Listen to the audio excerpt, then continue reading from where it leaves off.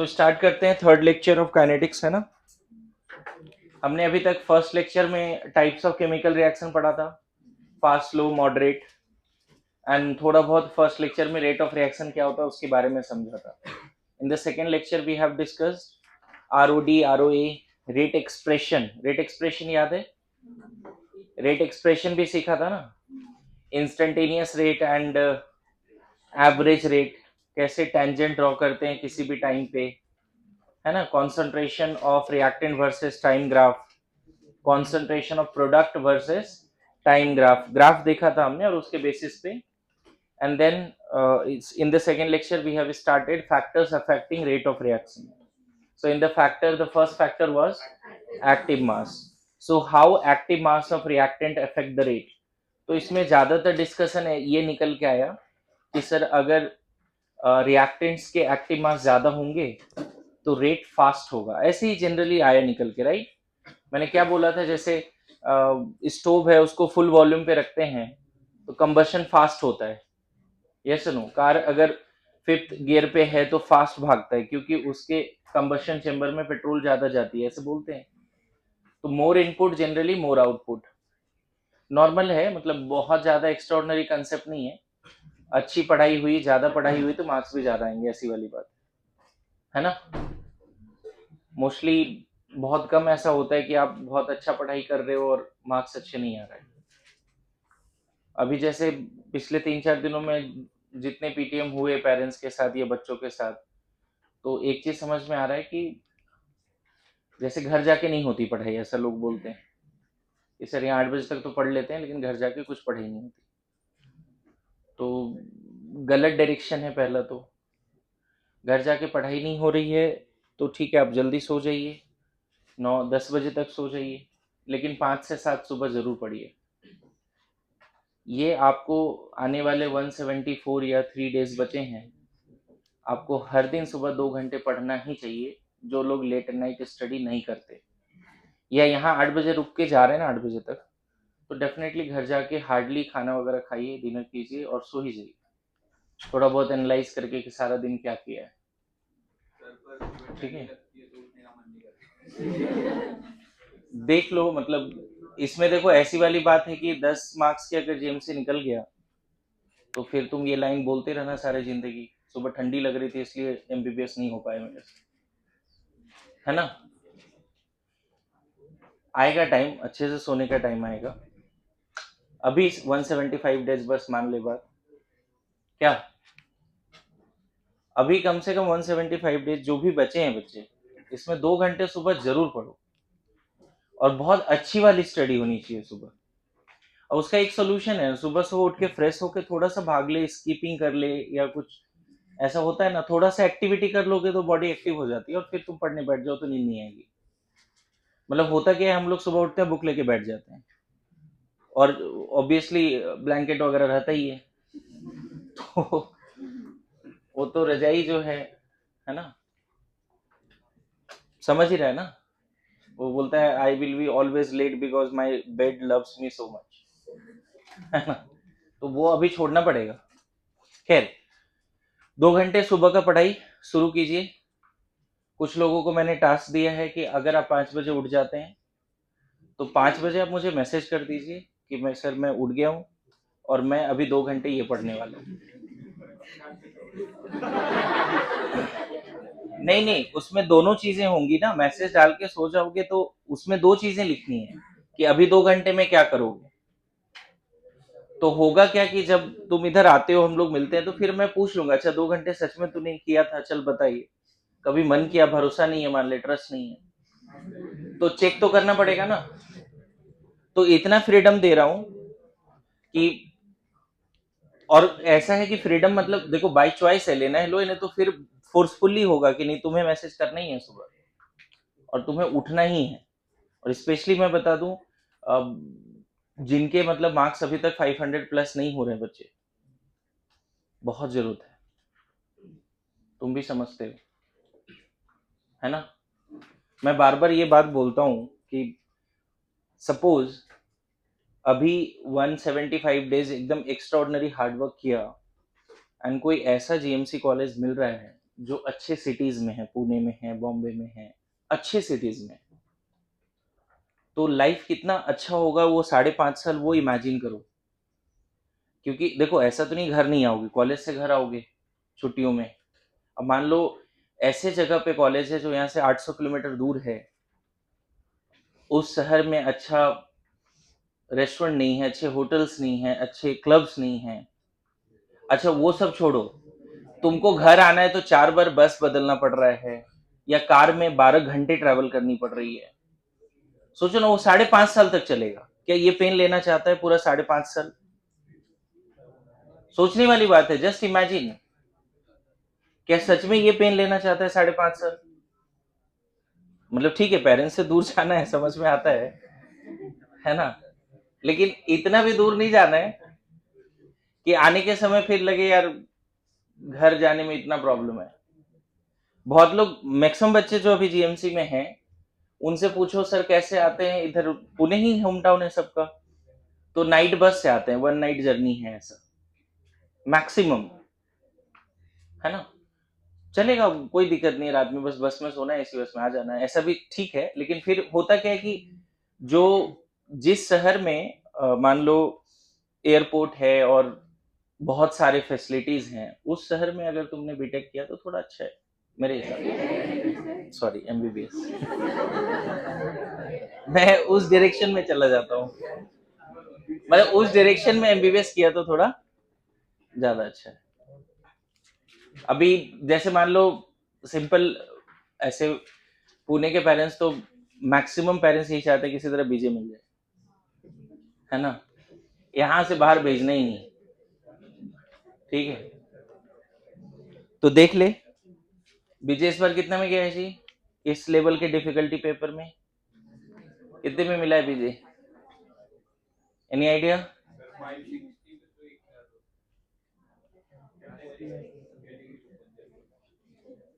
560 के है, मुझे नहीं पता एग्जैक्टली इसलिए पूछ रहा हूँ। 6-7 बच्चे तो गए हैं अभी, जिसमें से मुझे लगता है कि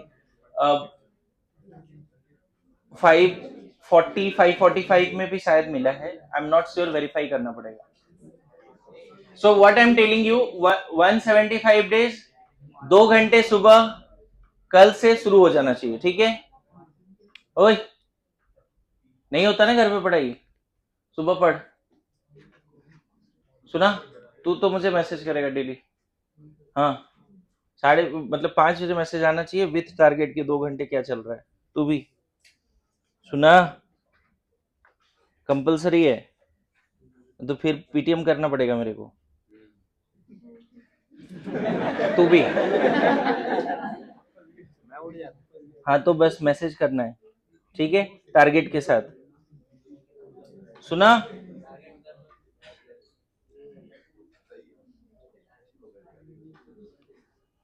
कितने देखो, कितने लोग अभी, 4-5 लोग तो बोल दिया, 1 2 3 4, तूने तो आज किया भी था मैसेज नहीं, उसके बाद और कौन है?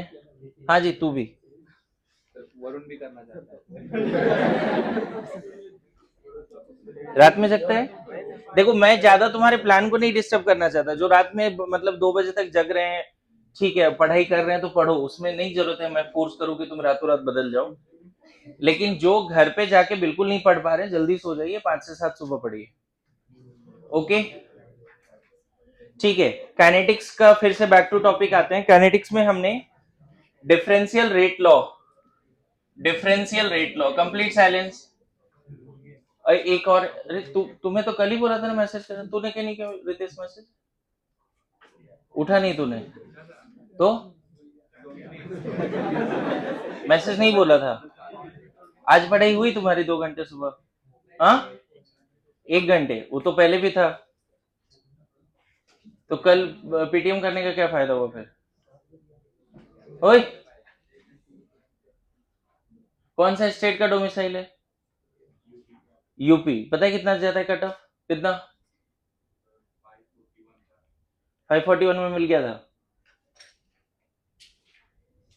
ऐसा ही पेपर आएगा तो 541 आ जाएगा, कितना आएगा अभी लग रहा है? अभी कितने शायद 375 आए ना तुम्हारे इस बार। इस बार ये डिफिकल्ट पेपर में 375 आए, यही ना? 2 घंटे पर सुबह। ओके, मैंने क्या बोला था, अगर मान लो 3 रिएक्टेंट है तो कैसे लिखेंगे? कुछ नहीं मेंशन है बच्चे, मैंने बहुत कुछ बोला आपको कि इन डेप्थ कंसेप्ट में रेट, डिफरेंशियल रेट लॉ में रेट किस पे डिपेंड करेगा। मैंने जनरल कंसेप्ट बोला कि जो ओवरऑल रिएक्शन में जो जो चीजें दिख रही है, what ever appears in the overall reaction, whether it is reactant, product, catalyst, everything, on everything rate of reaction depends। और in depth concept में क्या बोला, maybe one of them, maybe few of them, maybe none of them also। याद है? हो सकता है कि ना रिएक्टेंट पे डिपेंड करे, ना प्रोडक्ट पे डिपेंड करे, ना ही कैटलिस्ट पे डिपेंड करे, दैट इज जीरो ऑर्डर।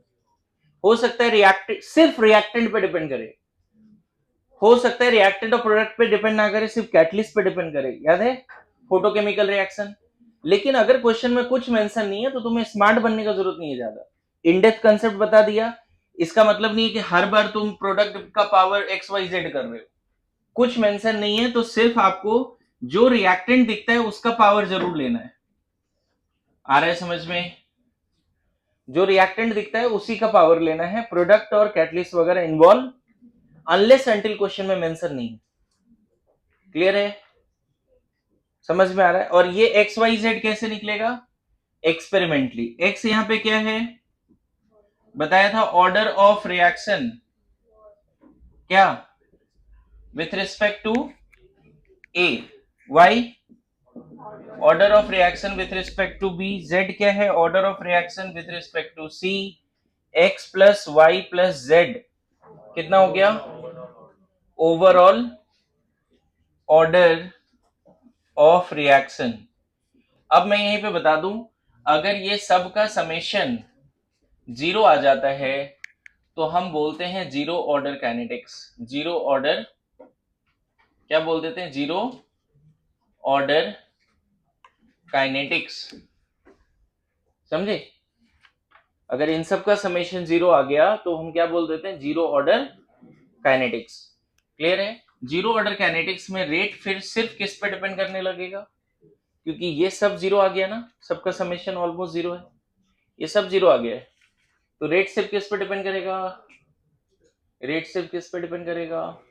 सिर्फ एक रेट कांस्टेंट पे डिपेंड करेगा। मतलब इस केस में rate versus time graph, rate versus time graph, time के रिस्पेक्ट में रेट बदलेगा ही नहीं। समझ गए? क्लियर है? And not only this, rate versus time graph, rate versus initial concentration भी लोगे ना, इनिशियल कॉन्सेंट्रेशन, समझ गए? तो भी ऐसा ही लाइन होगा। मतलब तुम स्टार्ट ए बी सी को किसी से भी स्टार्ट करो, 1 से 10 से 100 से, लेकिन रेट क्या मिलेगा? Rate is independent of concentration of reactant, than zero order. Rate is, देखो इनिशियल कॉन्सेंट्रेशन बदल रहा है लेकिन रेट बदल ही नहीं रहा है। आ रहा है समझ में? जैसे कल बताया था ना, पढ़ाई कितना भी कर रहे मार्क्स उतना ही आ रहा है, जीरो ऑर्डर। क्लियर है? रेट वर्सेस टाइम ग्राफ, अगर रेट वर्सेस टाइम कांस्टेंट एक स्ट्रेट लाइन है, रेट का वैल्यू फिक्स है, टाइम के रिस्पेक्ट में रेट वैरी नहीं कर रहा है, या इनिशियल कॉन्सेंट्रेशन को वैरी करने के बाद भी रेट वैरी नहीं कर रहा है, that is called zero order reaction. चलेगा? यहाँ पे देखो एक रिएक्टेंट लेके बता दो, मान लो ए ऑफ ए है, प्रोडक्ट है, अगर जीरो ऑर्डर है रेट तो के इक्वल टू ए का पावर 0 बोल देंगे फॉर क्या? For zero order. वहां 3 रिएक्टेंट लिया था, एक रिएक्टेंट लेके बता रहा हूं ना। यहां दिख भी रहा होगा, अगर लैब 1 में ए से बी है, मान लो टी इक्वल टू 0 पे 5 मोलर से शुरू किया, लैब 2 में suppose A of A gives P ना, चलो पी लिख देता हूं, यहां भी 0 पे 0.001 से शुरू किया। गौर करना, फर्स्ट केस में 5 मोलर से स्टार्ट किया और सेकंड केस में रिएक्टेंट देखो कितना कम लिया है। एक अच्छी बात बताऊं आपको, रेट कांस्टेंट के बारे में एक बात सीखना, अगर इन दोनों लैब में रिएक्शन सेम है, रिएक्टेंट सेम है, रिप्रेजेंटेशन सेम है, सब सेम है, दिख रहा है, A of A gives B, A of A, everything is same ना इन दोनों लैब में। दोनों लैब में अगर टेम्परेचर भी सेम है, कैटलिस्ट भी सेम है, everything same except the concentration. अगर ऐसा है तो रेट कांस्टेंट सेम होगा, rate constant will not vary. Rate constant के बारे में यहाँ पे सीखो, थोड़ा कंसेप्ट सीखो कि रेट कांस्टेंट तब तक वेरी नहीं करता जब तक टेम्परेचर या कैटलिस्ट ना आ जाए। दो सेम रिएक्शन का रेट कांस्टेंट अलग हो सकता है अगर ये दोनों रिएक्शन डिफरेंट टेम्परेचर पे चल रहा है। दो सेम रिएक्शन का रेट कांस्टेंट अलग हो सकता है अगर एक कैटलाइज्ड है और एक अनकैटलाइज्ड है। लेकिन दो रिएक्शन डिफरेंट लैब में चल रहा है, एवरीथिंग सेम एक्सेप्ट कॉन्सेंट्रेशन। मतलब एक तरह से कॉन्सेंट्रेशन चेंज करने से रेट कांस्टेंट चेंज नहीं हो। This is the concept. जैसे आपको रेट के बारे में क्या कंसेप्ट था कि कॉन्सेंट्रेशन चेंज करने से रेट वेरी कर जाता है, नहीं करता है क्या? जीरो ऑर्डर है तो नहीं करेगा, लेकिन मोस्टली करता है ना। इनिशियल कॉन्सेंट्रेशन अगर चेंज करोगे तो रेट वेरी कर सकता है कि नहीं? जीरो ऑर्डर में नहीं करता। लेकिन कॉन्सेंट्रेशन कुछ भी चेंज कर दो, रेट कांस्टेंट चेंज नहीं होगा। This is concept. Rate constant will not depend on the concentration. Rate constant, देखो यहां पे समझना, रेट किस पे डिपेंड कर रहा है? एक्टिव मास पे, है ना, टेम्परेचर पे, कैटलिस्ट पे, बताया था ना, और भी ब्ला ब्ला बहुत सारे चीजें। लेकिन के किस पे डिपेंड कर रहा है?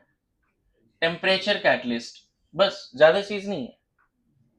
कोई बोले रेट किस पे डिपेंड कर रहा है तो आपको बोलना पड़ेगा एक्टिव मासेस ऑफ रिएक्टेंट्स पे डिपेंड करता है, सिर्फ जीरो ऑर्डर में नहीं करता। बाकी तो mostly first order, second order, half order, minus half order सब में करता है। जीरो ऑर्डर में एक्टिव मास चेंज करने से रेट चेंज नहीं होता। लेकिन इन जनरल रेट क्या कॉन्सेंट्रेशन पे डिपेंड करेगा? अगर ऐसा लाइन आ गया तो बोलेंगे हाँ रेट डिपेंड करेगा कॉन्सेंट्रेशन, लेकिन ऐसा लाइन आ गया कि rate always depends on concentration, ये गलत हो गया। जीरो ऑर्डर के लिए रेट कॉन्सेंट्रेशन पे डिपेंड, लेकिन अगर ये लाइन आ गया rate constant always independent of concentration, rate constant always independent of concentration, rate constant, समझ ही नहीं रहा लग रहा है।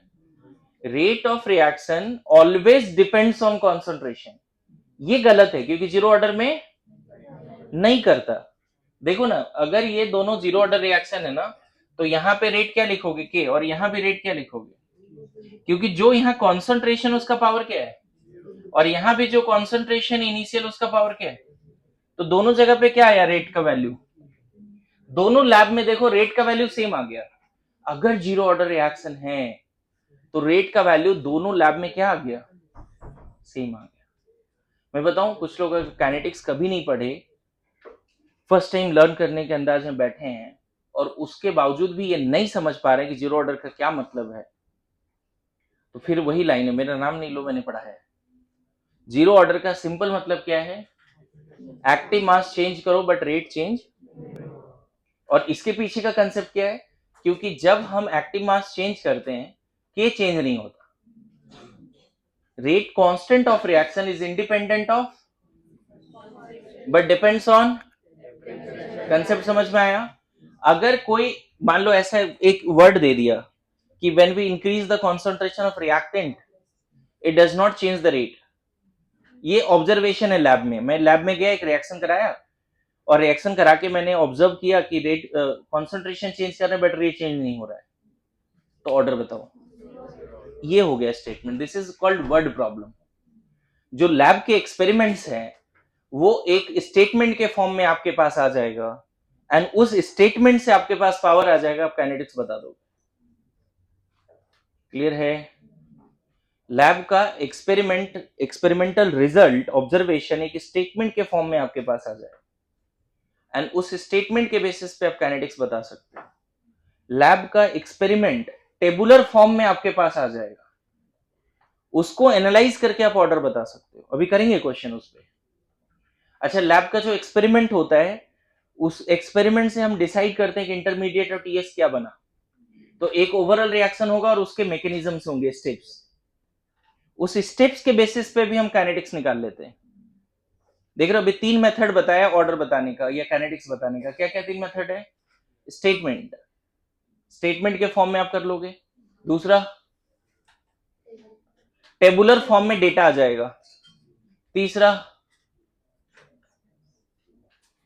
तीसरा क्या था? कोई ओवरऑल रिएक्शन और उसके मैकेनिज्म्स हैं, उसको एनालाइज करके भी ऑर्डर बता सकते हो। इस तरह से ऑर्डर बताने का ना आपके पास 10 तरीके हो सकते हैं, उसी को लर्न करना है इस चैप्टर में। ये चैप्टर क्या है? ऑल अबाउट लैब में जाके एक्सपेरिमेंट नहीं करना है, आपको तरीके सीखने हैं कैसे हम क्वेश्चंस को पढ़ के ऑर्डर बता सकते हैं। क्लियर है? मान लो ऐसा क्वेश्चन आ गया कि rate of reaction is independent of initial concentration of reactant, what is order? 0। या फिर तुमको डायरेक्ट ग्राफ दे दिया, ये दोनों बोलता है ऑर्डर बताइए, ये दोनों ग्राफ को रीड करके ऑर्डर बताइए। दिख रहा है कॉन्सेंट्रेशन 5 है या सॉरी 0.001 है, तब भी रेट क्या है? फिक्स है, सेम वैल्यू। और 5 है तब भी रेट क्या है? Same value. जब 0.001 है तब भी रेट क्या है? जब कॉन्सेंट्रेशन 5 है तब भी रेट क्या है? K। मेरी बात आ रही समझ में? लिखिए यहां तक जल्दी, क्विक।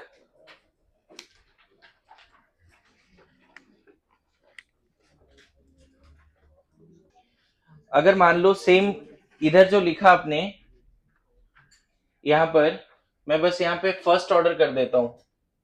अगर फर्स्ट ऑर्डर होता लैब 1 में, लैब 2 में, तब बताओ रेट क्या लिखते तुम? अगर फर्स्ट ऑर्डर है तो इनिशियल रेट क्या लिखते? जितना इनिशियल है वो, और यहाँ पे जो इनिशियल है वो, तो क्या फर्स्ट ऑर्डर के लिए रेट सेम आ रहा है? बोलो। तो फर्स्ट ऑर्डर के लिए अगर मान लो मैं यहीं पे नेक्स्ट, एक बार फिर से ये पूरा लिखना है ना, ये पूरा पार्ट लिखना फिर से। जैसे ये फर्स्ट केस 0 ऑर्डर था ना, तो second case for first order, and फिर से ये पूरा लिखो। तो बताओ इस केस में रेट वर्सेस इनिशियल कॉन्सेंट्रेशन क्या हो जाएगा? Rate versus initial concentration of reactant, y equal to mx है ना बच्चे, a line passing through origin. देखो ना, इनिशियली अगर 0.001 लेते हो तो रेट कुछ मिलेगा, ये वाला k इंटू 0.001। फिर थोड़े समय के बाद अगर 5 लेते हो तो रेट कुछ और मिलेगा। तो ये भी एक नया स्टेटमेंट याद रखना, if rate of reaction increases linearly, है ना, rate of reaction increases linearly, है ना, with increase in concentration of reactant, it is first order. Rate of reaction increases linearly with increase in initial concentration of reactant. Lab 1 में तुमने 5 से शुरू किया, lab 2 में 0.001 से शुरू किया। यहां फास्ट होगा रेट, यहां स्लो होगा। समझ गए? सिंपल। जैसे मान लो अगर तुम लोग सब कोई भी एक रिएक्शन करा रहे हो, फर्स्ट ऑर्डर रिएक्शन अपने अपने लैब में करा रहे हो सब लोग, तो जिसने रिएक्टेंट ज्यादा लिया वहां रेट फास्ट है। क्लियर है? That is the first order kinetics. ध्यान रहेगा फर्स्ट ऑर्डर काइनेटिक्स का क्या मतलब है, बोलो। तो सिमिलरली बताओ, मैं थर्ड केस लेके चलता हूं, है ना, सेकेंड ऑर्डर काइनेटिक्स। मतलब मान लो ए से बी बन रहा है, रेट क्या लिखोगे? के ए का पावर, एक्सपेरिमेंट करके किसने बता दिया कि ऑर्डर क्या है? 2, तो ऐसे लिखना पड़ेगा डिफरेंशियल रेट लो। डिफरेंशियल रेट लो ऐसे लिखना पड़ेगा बच्चे, this is differential rate low. Now इस केस में फिर से वही हो गया, लैब 1 लैब 2। मान लो ए से बी बना रहे हो लैब 1 में, और सपोज 1 से शुरू कर रहे हैं। लैब 2 में भी ए से बी बना रहे हो, सपोज 5 से शुरू कर रहे हैं। मुझे बताओ इन दोनों लैब में रिएक्शन सेम है, सब कुछ सेम है, सिर्फ क्या बदला है? Active mass. तो क्या दोनों लैब में जो रेट कांस्टेंट है सेम होगा, डिफरेंट होगा? अभी सिखाया यार, रेट कांस्टेंट, रेट नहीं पूछा अभी। अब रेट पूछता हूं, रेट कितना लिखोगे? K1 का स्क्वायर इनिशियल जो है उसका स्क्वायर, यहाँ रेट क्या लिखोगे, K5 का स्क्वायर, दिख रहा है। तो यहाँ पे कैसा ग्राफ बनेगा, rate versus initial concentration for second order, rate versus initial concentration for second order, ऐसा बनेगा, है ना। जब तुमने 1 रखा था, जब 1 मोलर था तो रेट क्या था, K/1, और जब तुमने 5 रखा तब K/25 ना, K देखो ना, चेक करो, जब 1 रखा तुमने एक्टिव मास तो रेट है K/1, 1 का स्क्वायर, बेसिकली 1 का स्क्वायर 1 ही होगा। और जब तुमने एक्टिव मास 5 रखा तो रेट क्या हो गया, तो लीनियर नहीं है बच्चे, ग्राफ है, कर्व है, ओके, है ना। अगर बोला जाए कि rate increases with increase in initial concentration not linearly but according to parabola, है ना, ये exponentially, so what is the order, second third fourth कुछ भी बोल सकते हो, है ना, सेकेंड थर्ड फोर्थ कुछ भी बोल सकते हो। क्या समझा पाया मैं, थोड़ा सा ग्राफ इस चैप्टर में है एंड थोड़ा सा लॉग का भी यूज है इस चैप्टर में, तो किसी दिन मुझे लॉग भी थोड़ा पढ़ाना पड़ेगा, एंटी लॉग एंड लॉग, क्योंकि उसके काइनेटिक्स में भी थोड़ा जरूरत है। थर्मो में भी लॉग का एक इक्वेशन आया था, लॉग के equal to minus delta G not 2.303 RT, याद है। और नस्ट इक्वेशन में भी आ गया था, नहीं, E cell equal to E not cell minus 0.0591 by n log Q, याद है, नस्ट इक्वेशन 25 डिग्री सी पे, है कि नहीं। आगे बढ़े, इसको हटा दें।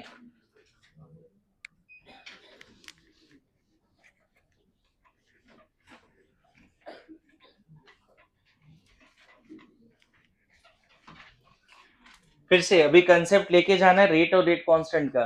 रेट कांस्टेंट कॉन्सेंट्रेशन से इंडिपेंडेंट है, किस पे डिपेंड करता है, दो रिएक्शन अलग अलग लैब में करा रहे हैं, सब कुछ सेम है, सिर्फ कॉन्सेंट्रेशन वेरी कर गया, तो रेट वेरी कर भी सकता है, नहीं भी कर सकता है, लेकिन रेट कांस्टेंट सेम होगा या बदल ही जाएगा।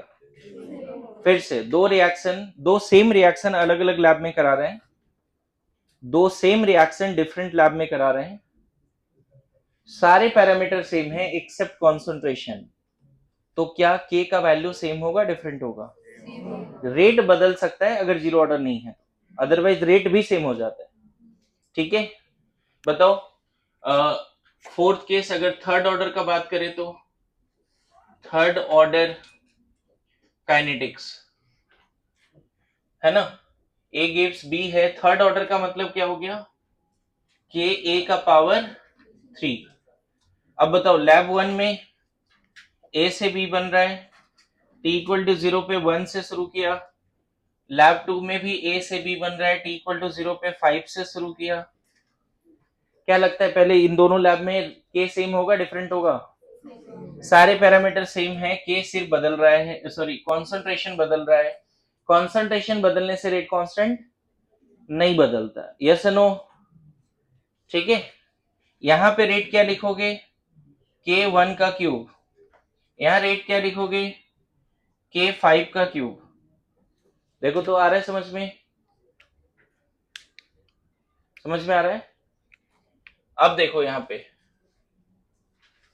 मैं ना सारे ग्राफ एक जगह पे बना देता हूं आपके अंडरस्टैंडिंग के लिए, rate versus initial concentration,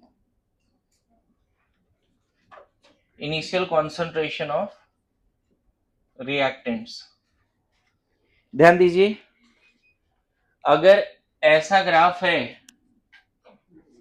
zero order, ठीक है, अगर ऐसा ग्राफ है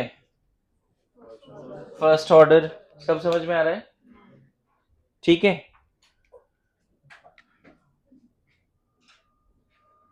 अगर ये ग्राफ है सेकेंड ऑर्डर, पक्का सब लोग समझ रहे हो, ध्यान रखना, अगर ये ग्राफ है ऐसा, तब थर्ड ऑर्डर बोलोगे। तब 0 से 1 के बीच में ना बच्चे, 0 से 1 के बीच में थर्ड ऑर्डर का रेट स्लो हो जाएगा, सेकेंड ऑर्डर का रेट थोड़ा फास्ट, एंड फर्स्ट ऑर्डर सबसे फास्ट। मुझे एक बात बताओ, इधर इधर ध्यान देना, ये ऐसा क्यों लिखा है? ये मैथ्स मुझे आता है इसलिए मैं बता पा रहा हूं। ये ग्रीन लाइन जो है ना सेकेंड ऑर्डर के लिए, और ये ब्लैक वाला थर्ड ऑर्डर के लिए। क्यों थर्ड ऑर्डर के लिए ऐसा है समझना। अगर मान लो ए से बी बन रहा है, और मान लेते हैं हमने 1/2 से शुरू किया, और अगर 0 ऑर्डर है तो रेट क्या लिखोगे? के बराबर। फर्स्ट ऑर्डर है तो रेट क्या लिखोगे? के इंटू 1/2। सेकेंड ऑर्डर है तो रेट क्या लिखोगे? के इंटू 1/2 का स्क्वायर। थर्ड ऑर्डर है तो रेट क्या लिखोगे? के इंटू, तो देखो कहीं पे तुम 1/2 ले लो। अब बताओ ये क्या है? k/8 है, k/8। फिर ये कितना है? k/4। k/4 यहां पहुंचेगा, और ये कितना है? सिर्फ के। आ रहा है समझ में? 0 से 1 के बीच में जो थर्ड ऑर्डर है वो नीचे आएगा, सेकेंड ऑर्डर उसके ऊपर, थर्ड ऑर्डर उसके ऊपर, लेकिन 1 के बाद बदल जाते हैं चीजें। अगर मान लो इनिशियल इसी रिएक्शन को ए से बी को, बातें नहीं, ए से बी को अगर 2 से शुरू करते, 1 से ज्यादा वैल्यू लेके शुरू करते, तो 0 ऑर्डर के लिए रेट क्या लिखते? के बराबर। फर्स्ट ऑर्डर के लिए के इंटू 2, सेकेंड ऑर्डर के लिए के इंटू 2 का स्क्वायर, थर्ड ऑर्डर के लिए के इंटू 2 का क्यूब। देखो यहाँ पे कहीं 2 ले लेते हैं इधर, सपोज यहाँ 2 है, यहां से परपेंडिकुलर ड्रॉप करोगे, है ना, ऐसा कहीं पे दिखाना पड़ेगा, ऐसा। देखो गौर करना, अगर 2 लेते हो तो ये वैल्यू कितना है? के इंटू 2 ऐसा। ये वाला वैल्यू कितना है? 4k। और ये वैल्यू कितना है? दिख रहा है? समझा पाया मैं क्या बोल रहा हूं? देखो 0 और फर्स्ट में तो डाउट नहीं है तुम्हें, 0 ऑर्डर ऐसा होगा, फर्स्ट ऑर्डर रेड लाइन, इसमें डाउट है क्या? मैं सिर्फ सेकंड और थर्ड को समझा रहा हूं। सेकंड और थर्ड में यहाँ पे एक बार फिर से देख लो, सेकंड थर्ड अगर ऐसा है, अगर तुमने ऐसा ड्रॉ किया और एक ऐसा ड्रॉ किया, तो कौन सेकंड है कौन थर्ड है? इतना बस रट लो। बताओ बताओ। चलो इसको रेड से कर दिया। अब बताओ ब्लैक थर्ड है या रेड वाला? बस इतना याद रखो। और ये जहां कट हो रहा है ना, 1 पे कट हो रहा है, 1 पे दोनों वैल्यू के बराबर होगा। अरे समझे? इन शॉर्ट, अगर मैं तुम्हें यहाँ पे ऐसे पूछूं कि चलो फर्स्ट सेकंड थर्ड फोर्थ बताओ, ध्यान देना थोड़ा, ऐसा ऐसा ऐसा, अब बताओ कौन सेकंड है कौन थर्ड है? नहीं लगता है कि ये वाला जो सबसे नीचे क्या है? फोर्थ। फोर्थ जो सबसे नीचे क्या है? फोर्थ। फिर ये थर्ड, सॉरी, ऐसे ऐसे जाएगा ऐसे। ये कौन सा है? और ये वाली, पूरा समझ पा रहे हो?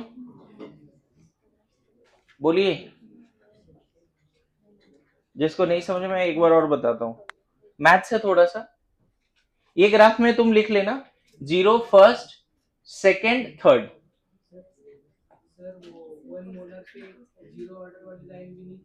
हाँ मतलब मैंने थोड़ा ऊपर ड्रॉ कर दिया है। ये ब्लू वाला लाइन जो है इसके बराबर आ जाना चाहिए, यहीं पे आ जाना चाहिए। ठीक है, अब समझ में आ गया? कोई डाउट है? अब सही है? मैथ्स आता है जी तुम्हें? गुड, ताली बजाओ।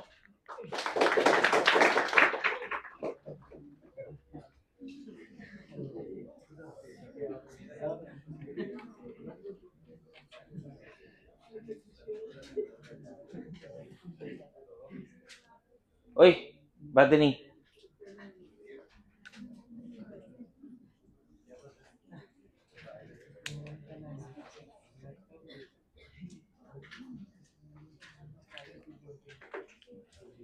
चलो लास्ट टाइम ये बता दो बस, क्या क्या है बताओ। रेड क्या है इस वाले ग्राफ में? रेड क्या है? सेकेंड। ब्लू एंड ब्लैक, बस इतना याद रख लेंगे। Second, third, fourth. अभी सही है? बोलो। 0 से 1 के बीच में ना बच्चे, जिसका हायर ऑर्डर होगा वो नीचे आ जाएगा, और 1 के बाद जिसका हायर ऑर्डर होगा वो आगे आएगा, पहले आएगा, क्योंकि और फास्ट बढ़ता है ना 1 के बाद। बोलो। मुझे बताओ, rate versus initial concentration graph, क्या आज के बाद फर्स्ट सेकंड थर्ड तो कम से कम आ जाएगा? First 0 order, no change in rate. First order increases linearly, second order में पैराबोला टाइप है। ये सेकंड ऑर्डर लिखा है मैंने। थर्ड ऑर्डर के लिए मैंने सेपरेट नहीं बनाई, ये थर्ड ऑर्डर ब्लैक वाला लाइन है third order. This is 0 first second third, लिख के रखो, ऑर्डर लिखा है मैंने। नहीं नहीं नहीं नहीं, सब 1 पे कट होगा, ये भी 1 पे ऐसे। देखो वहां पे कैसे बनाया है, देखो तीनों 1 पे एक जगह पे मिल रहा है ना, उसके बाद ऐसे मर्ज हो रहा है इधर। डायग्राम सही बनाओ।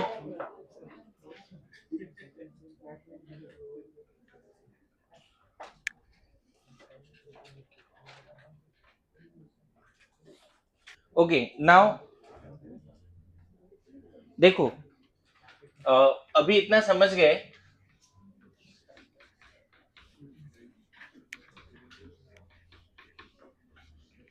एक क्वेश्चन है, अभी क्वेश्चन करते हैं, देखते हैं आप समझ पा रहे हो कि नहीं। P plus Q gives product, है ना? If rate increases linearly with increase in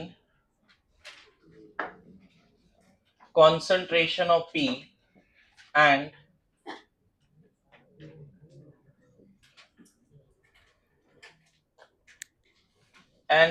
rate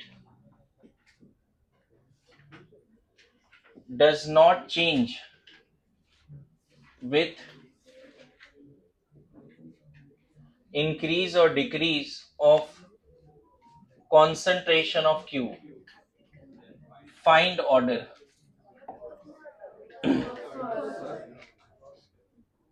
ये मतलब मान के चलो कि 3-4 साल पहले जेई एडवांस में आया, फिर नीट में भी आया, जेई मेंस में, ऐसे ही question.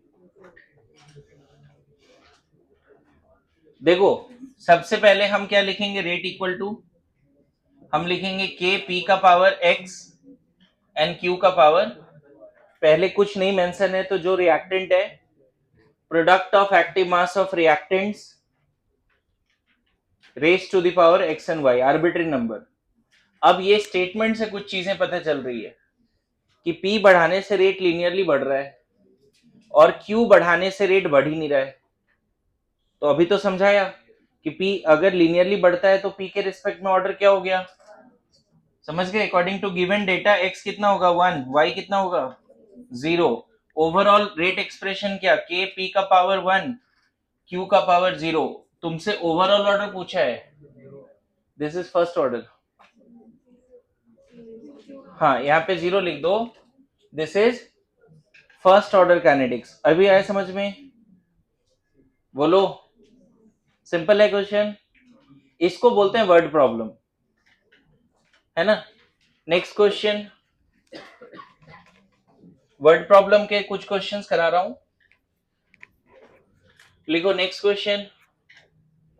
If rate of reaction decreases by 1/2 times with increase in active mass of reactant A by 8 times, find order। Again word problem है, बोल रहा है rate decreases by 1/2 times with increase in active mass of reactant A.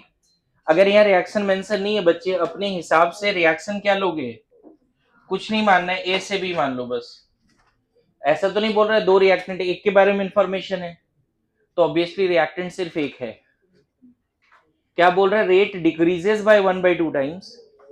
देखो active mass बढ़ा रहे हैं तो rate कम हो रहा है। मैं बताऊं इस केस में ऑर्डर नेगेटिव आएगा, कॉमन सेंस वाली बात है, समझना, जीरो नहीं, नेगेटिव आएगा ऑर्डर। और अच्छी बात है, ऑर्डर के बारे में जब पॉइंट्स लिखाएंगे तो मैं आपको बताऊंगा ऑर्डर में भी पॉजिटिव, नेगेटिव, जीरो और even fractional, but molecularity can never be fractional, can never be zero also. Molecularity हमेशा 1 2 3 पॉजिटिव इंटीजर होता है। तो दोनों में डिफरेंस भी लिखना सीखेंगे, लेकिन अभी चलो एक टेबल वर्ड प्रॉब्लम करना है। देखो तरीका क्या होगा क्वेश्चन सॉल्व करने का, जब भी ऐसा टेबुलर फॉर्म वर्ड प्रॉब्लम रहेगा, रिएक्शन अगर नहीं दिया हुआ है तो आपको मानना पड़ेगा, इसको देखकर एक रिएक्शन लिख दो। लिख दिया, तुम यहाँ 3 2 5 जो लगाने लगा लो, उससे फर्क नहीं पड़ता है, कोफिशिएंट पे डिपेंड करता नहीं। इसको देख के हम रेट क्या लिख देंगे according to differential rate law, A का पावर एन या एक्स, क्या लिख दे रेट, ए का पावर अपने आप एक्स या एन कुछ भी मान लेंगे। अब बताओ, जब कॉन्सेंट्रेशन मान लेते हैं ये जब C1 है, लैब 1 में C1 है और लैब 2 में सेम रिएक्शन स्टार्ट कर रहे हैं C2 से, दो लैब ले लो, पहला लैब में C1 से स्टार्ट किया एंड दूसरे लैब में C2 से स्टार्ट किया। अगर ये डिफरेंशियल रेट लॉ है तो फर्स्ट लैब में R1 क्या बोलोगे, K C1 का power n, initial rate. Second lab में R2 क्या बोलोगे, दोनों का K सेम होगा बच्चे, everything same, everything same except concentration, तो K नहीं बदलेगा, तो यहां क्या लिख देंगे, C2 पावर n लिख दे। अब मुझे बताओ C1 C2 में क्या है रिलेशन एंड R1 R2 में क्या relation according to word problem. R2 is 1/2 R1, इतना समझ में आता है। देखो अगर C2 8 टाइम्स ऑफ C1 है तो R2 1/2 R1 है, ये समझ में आता है। देखो ना क्या लिखा है वर्ड में, अगर एक्टिव मास 8 टाइम्स बढ़ गया तो rate of reaction decreases by 1/2 times. मतलब अगर C2 यहां पे 8 ऑफ C1 होगा तो यहां जो रेट होगा, यहां जो रेट है उसका हाफ होगा, बोलो। तो बस इस रिलेशन को ये कब लिख पाओगे बताओ, ये कब लिख पाओगे, R2 इक्वल टू 1/2 R1, ये कब लिखना है, जब C2 किसके बराबर होगा,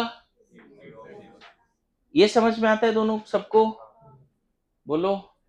तो R2 के जगह पे क्या रख दोगे तुम, K 8C1 का पावर n, देखो ना R2 जब C2 की जगह पे क्या रख देंगे 8C1 और 1/2 R1 के जगह पे क्या K C1, R1 as it is रहने दो जो है C1 के टर्म्स में, या तो C2 को C1 के टर्म्स में रिप्लेस करो या C1 को C2, दोनों को मत रिप्लेस करो, फिर से C1 C2 दिखेगा, कैंसिल नहीं होगा।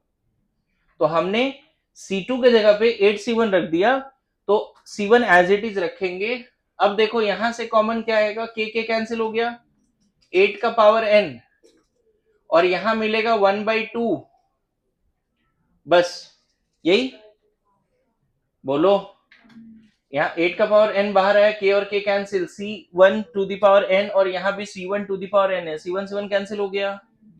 यहां पे लिख दोगे बच्चे 2 का ऐसा 2 का क्यूब और ये 2 का पावर -1, बोलो।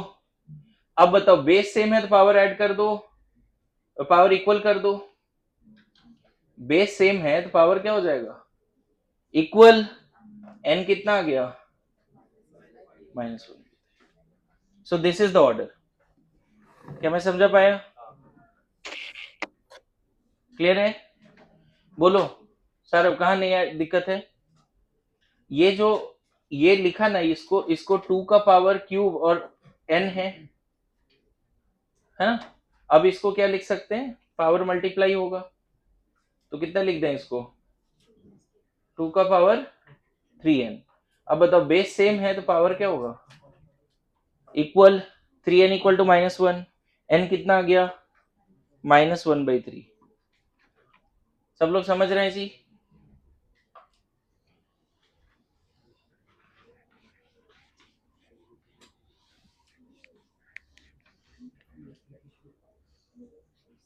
ठीक है, यहां तक आ रहा है समझ में। सो अभी जो 2 क्वेश्चन मैंने कराया किसके बेसिस पे कराया आपको, वर्ड प्रॉब्लम, है ना। अब काइनेटिक्स का हम कुछ क्वेश्चन ऐसे करेंगे जिसमें डेटा आपके पास टेबुलर फॉर्म में रहेगा। करें बात, डिस्कस करें।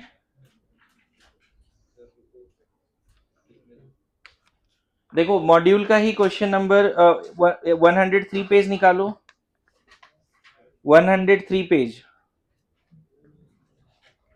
103 पेज। मैं बताऊं, अभी से जाके लास्ट क्लास में 11 तक होमवर्क था, अभी आप जाके एक्सरसाइज 1 का 12 से लेके 36 दिख रहा है, हाँ 36 तक तो कर सकते हैं, 12 से लेके 36 तक, मतलब 102 एंड 103 पेज घर पे कर सकते हैं। 2-4 क्वेश्चन नहीं बनेंगे मॉलिक्युलरिटी वाले, बाकी तो सब बन जाएंगे। खैर, वर्ड प्रॉब्लम नहीं दे रहा हूं, अभी टेबुलर फॉर्म में क्वेश्चन कर रहे हैं। करें, जैसे मान लो 34 करके बताओ, 34 मॉड्यूल का, x + 3y gives xy3, ये ओवरऑल रिएक्शन है। x का कॉन्सेंट्रेशन गिवन है, y का कॉन्सेंट्रेशन गिवन है और रेट भी गिवन है। जब x 0.1 है, ये 0.1 है, तो रेट दिया हुआ है 0.002, फिर 0.2, 0.1, 0.002, 0.3, 0.2, 0.008, 0.4, 0.3, 0.018। ये डेटा के साथ बोल रहा है रेट लॉ बताना है, differential rate law, differential rate law बताना है। ये डेटा दिया है, देखो अभी वर्ड प्रॉब्लम नहीं, जो किसी ने लैब में एक्सपेरिमेंट किया उसका डेटा आपके पास है, इसको एनालाइज करके आपको order with respect to x, order with respect to y and overall order and rate expression, rate law बताने। ठीक है, देखो जो लोग थोड़ा सा स्मार्ट इनफ है, चीजें समझते हैं, अभी यहां पे समझ जाएंगे फर्स्ट और सेकंड एक्सपेरिमेंट में क्या बदला है। बताओ, एक्स बदला है लेकिन रेट नहीं बदला, इसका मतलब एक्स का पावर तो 0 आना ही चाहिए, है ना। तो ऐसे देखोगे तो 2 ऑप्शन ऐसे ही हट जाएंगे, 4 ऑप्शन में 2 ऑप्शन हट जाएंगे। देखो ना, एक्स बदला है बट रेट नहीं बदला ना, इसका मतलब है एक्स पे रेट डिपेंड नहीं कर रहा है। ठीक है, y कैसे निकालेंगे, k का वैल्यू कैसे निकालेंगे, सब क्वेश्चन है। सबसे पहला स्टेप कैसे सॉल्व करेंगे, जो ओवरऑल रिएक्शन दिया है, लेट 4 इक्वेशन लिख के फटाफट सॉल्व कर सकते हैं या शॉर्टकट तरीके से भी कर सकते हैं। देखो ऐसा टेबुलर फॉर्म में क्वेश्चन अगर आ गया तो सबसे पहले ओवरऑल रिएक्शन देख के लिख लो रेट, x का पावर x एंड y का पावर y, ऐसे 3y से कोई मतलब नहीं है। ठीक है, जो रिएक्टेंट है वो लिखना है यहाँ पे, product of active masses of reactants only, not their coefficients, and power अपने आप डिसाइड करना है x and y। Good to go. अब 4 इक्वेशन लिखो, जब आप इसको 0.002 रखते हो तो x का वैल्यू 0.1 और y का वैल्यू भी 0.1 रखोगे। अगेन सेकेंड वाला डेटा रखो यहीं पर, इसमें जब रेट 0.002 है तब k का वैल्यू, सॉरी x का वैल्यू 0.2 हो चुका है, y का वैल्यू अभी भी 0.1 है, दिखा।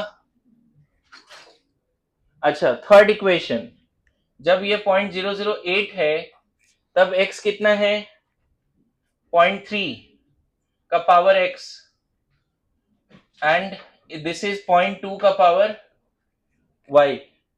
चौथा इक्वेशन समझ में आया।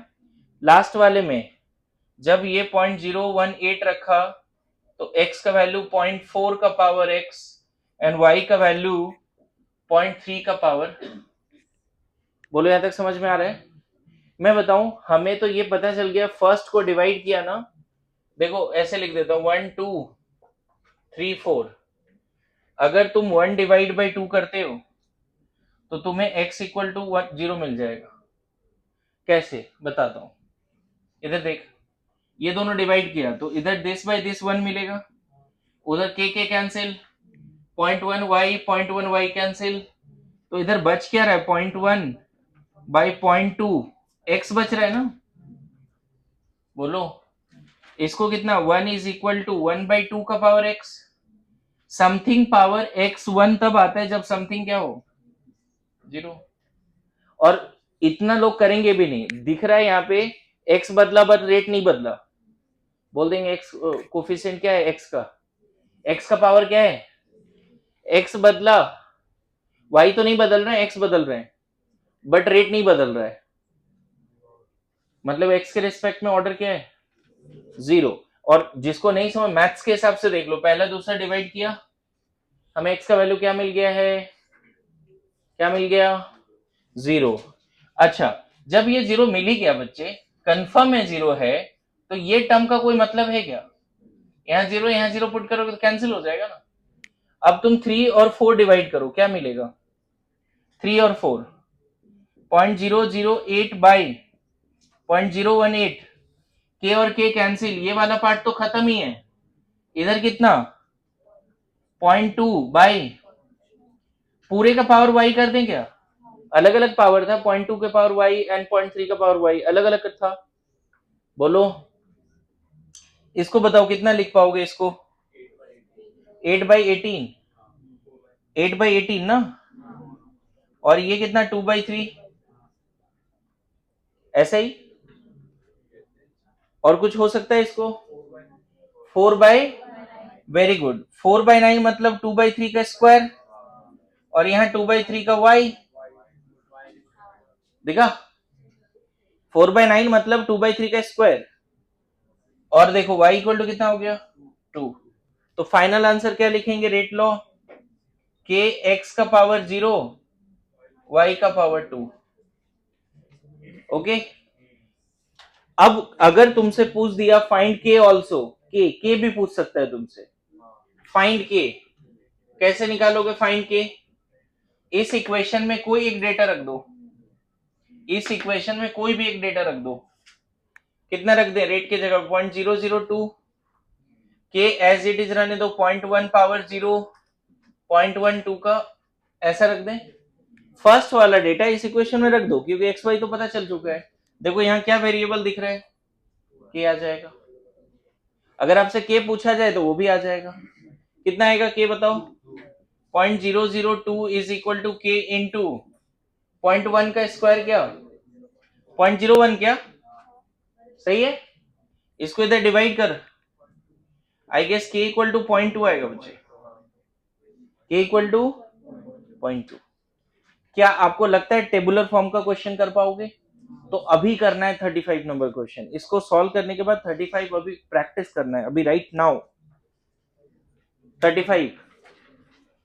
मैं बताऊं आपके एनसीईआरटी में भी ऐसे टेबुलर फॉर्म के 5 सवाल हैं, वो भी होमवर्क है आज के आज का। आया समझ में,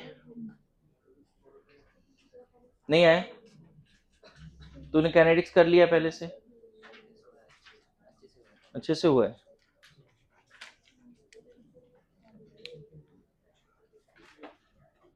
मॉड्यूल का 35 नंबर क्वेश्चन सॉल्व करना है सबको भी। हाँ नहीं नहीं नहीं, ओए डिस्कस मत कर।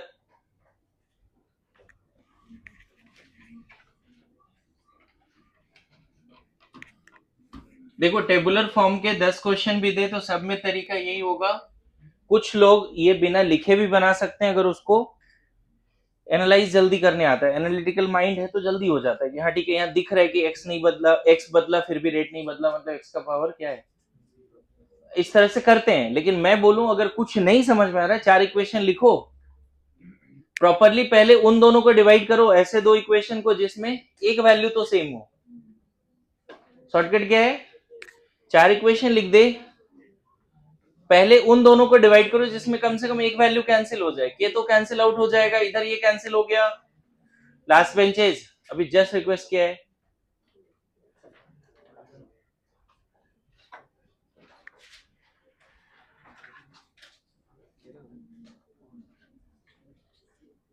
मुझे पता है सॉल्व ही कर रहा है बट उससे डिस्टर्ब हो रहे हैं हम, है ना। ओके, नाउ थोड़ा सा हेडिंग देके लिख सकते हैं, ऑर्डर ऑफ रिएक्शन का क्या मतलब है, लिख लो। ऑर्डर ऑफ रिएक्शन, पहला, it is the sum of exponents in the differential rate law. Order पे अगर थ्योरेटिकल क्वेश्चन आ गया तो ये लाइन हेल्प कर देगा। कभी कभी हो सकता है ऑर्डर को लेके ऑप्शन बन जाए वहां पे, तो ये लाइन हेल्प कर देगा।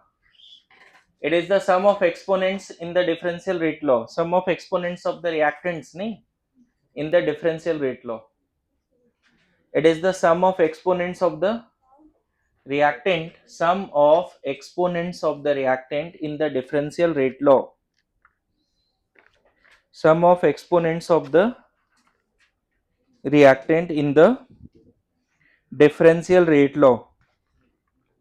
जैसे एक एग्जांपल के लिए मान लो a of a, b of b, c of c है और यहाँ प्रोडक्ट बन रहा है और इसका डिफरेंशियल रेट लॉ गिवन है, rate is equal to k, a का पावर 1/2, b का पावर 1, c का पावर 2/3, मान लो ऐसा दिया है।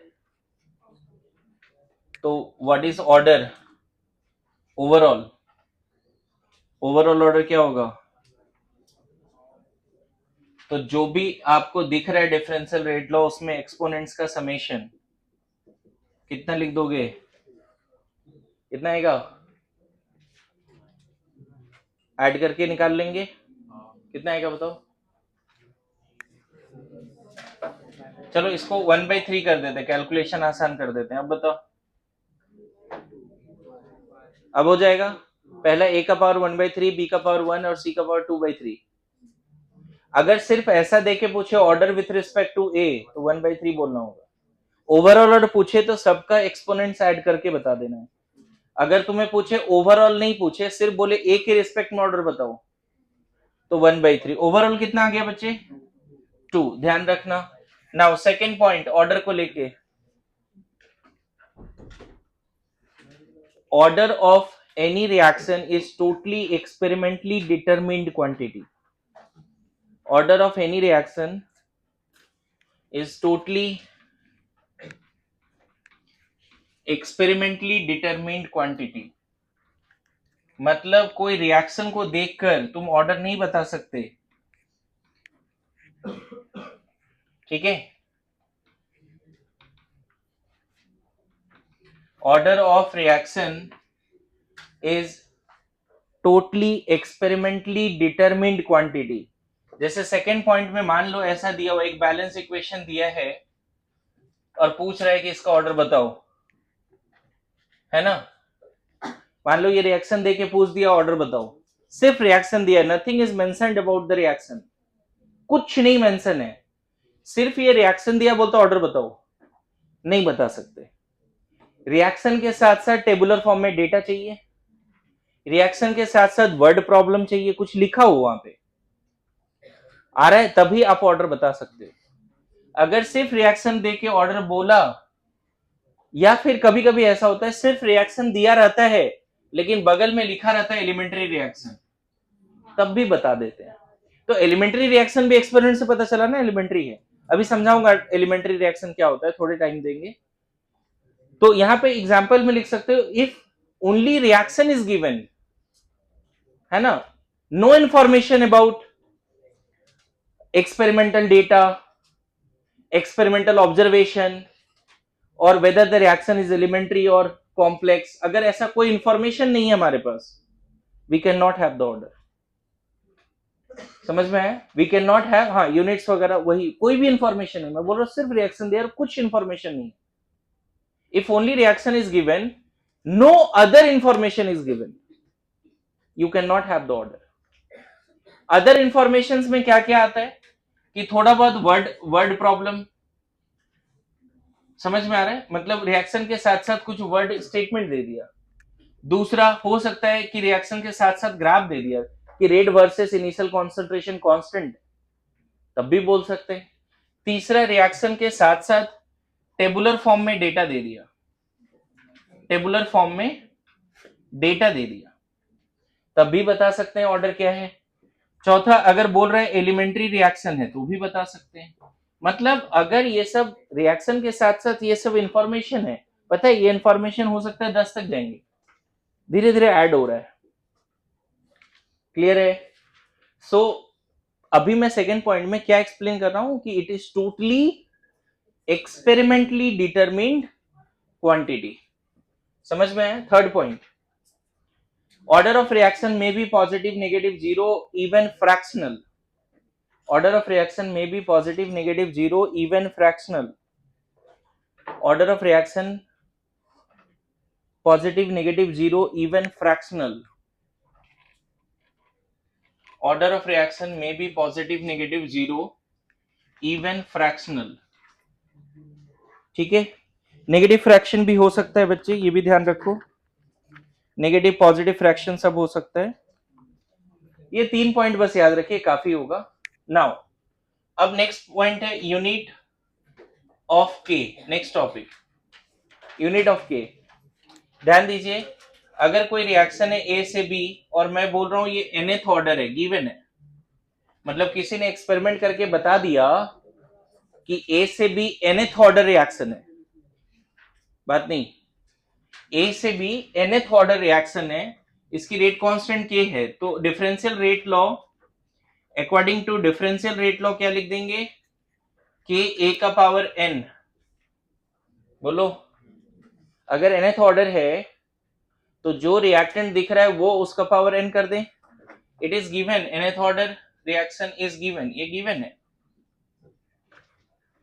है ना। ए से बी एक रिएक्शन है जिसका रेट कांस्टेंट k है, उसके बारे में इंफॉर्मेशन किसी ने दे रखा है हमें कि nth ऑर्डर है। देखो k इक्वल टू क्या लिख दोगे, रेट बाय a का पावर n। k इधर रहने देते हैं, इधर डिवाइड कर देते हैं। अब देखो k का यूनिट चाहिए तुम्हें, रेट का यूनिट होता है, मैंने शुरू से डिस्कस किया, मोल पर लीटर पर सेकंड होता है, या मोल पर लीटर पर मिनट, या मोल पर लीटर पर आवर, या फिर एटीएम पर सेकंड, कल ही बताया था। और ये मोलारिटी अगर लेते हैं तो ये मोल पर litre to the power n। Yes no? इसी को चाहते थोड़ा और अच्छे से लिखने के लिए, तो इस पार्ट को और इस पार्ट को हम कैपिटल M पर सेकंड और यहाँ capital M to the power n लिख सकते थे। देखो तो, मोल पर लीटर को कैपिटल M लिखते हैं, और नीचे क्या है, मोल पर लीटर, स्क्वायर ब्रैकेट में जो होता है उसको मोलैरिटी बोलते हैं, एक्टिव मास का क्लास लिया है मैंने, तो मोल पर लीटर की जगह पे M रख सकते हैं। अब क्या होगा, देखो ऊपर M है, नीचे M का पावर n है, तो M का power 1 minus n second inverse. समझे? इसी को तुम चाहो तो ऐसे लिख सकते हो बच्चे, मोल पर लीटर, ये यही मोल पर लीटर है, पावर कितना है 1 माइनस n सेकेंड इनवर्स। अब यहां से हम सही से ऑर्डर बता सकते हैं कि जीरो ऑर्डर फर्स्ट ऑर्डर के लिए यूनिट क्या होगा। अब n का वैल्यू तुम, ये भी एक इंपॉर्टेंट पार्ट है, n का वैल्यू 0 रख दिया तो k का यूनिट हो जाएगा मोल पर लीटर पर सेकंड। देखो तो, n का वैल्यू 0 रखो लास्ट वाले फॉर्मूला में। पता है कभी कभी ऐसा पूछेगा कि if unit of rate is equal to unit of rate constant, then what is order. देखो यूनिट ऑफ रेट क्या है बच्चे, मोल पर लीटर पर सेकंड, और यूनिट ऑफ रेट कांस्टेंट भी क्या आया। अगर unit of rate and unit of rate constant same है तो कैसा रिएक्शन है, जीरो ऑर्डर। या फिर ये नहीं पता, मान लो बोलता है के का यूनिट है मोल पर लीटर पर सेकंड, तब भी क्या बोलेंगे, के का यूनिट लास्ट वाला फॉर्मूला में हम n की जगह पे 0 रख दिए। अच्छा, फर्स्ट ऑर्डर के लिए बताओ, सिर्फ second inverse, minute inverse, hour inverse, n की जगह पे 1 रखो। थर्ड में n का वैल्यू 2, तो k का यूनिट क्या हो जाएगा? मोल पर litre to the power 1 minus 2 second inverse. चलो पूरा वैल्यू पुट करके बता रहा हूं। सॉल्व करके क्या दिखेगा? ये 1 माइनस वन होगा, -1 से मल्टीप्लाई कर दो, मोल -1 लीटर पर सेकेंड। अगर n का वैल्यू 3 है तब k का unit mole 2 litre, mole -2 litre square second inverse. Check करो यहाँ पे 3 रख के देखो, है ना। ओवरऑल पावर -2 आएगा, तो मोल का पावर -2, लेकिन -1 और -2 +2 दिख रहा है। नाउ आज के बाद अगर unit of rate constant given है तो भी हम ऑर्डर बता सकते हैं। क्लियर है? If unit of rate constant is given, है ना, जैसे क्वेश्चन है, find order if unit of k is mole -1/2 litre 1/2 second inverse. Question है, क्वेश्चन दिया है यहाँ पे, find order if unit of k is -1/2 litre 1/2 second inverse. सोचो, दिमाग लगाओ।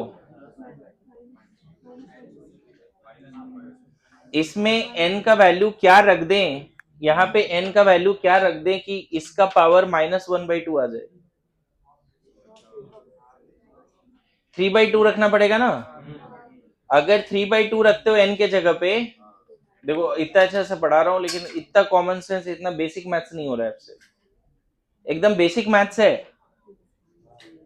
n का पावर देखो 1 माइनस n, इसको तुम ऐसे लिख दो, पहले -1/2 कॉमन ले लो, तो क्या मिलेगा? मोल पर लीटर -1/2 बाहर आएगा। देखो तो इन दोनों में कॉमन क्या है? 1/2, लेकिन मैं कॉमन ले रहा हूं -1/2। कॉमन क्या ले रहा हूं? तो -1/2 कॉमन लोगे तो इसका पावर क्या बचेगा? मोल का पावर 1 बचेगा, और यहां पे लीटर का पावर -1 बचेगा ना। बोलो, इतना लिख दें। इसका मतलब ये किसके बराबर है?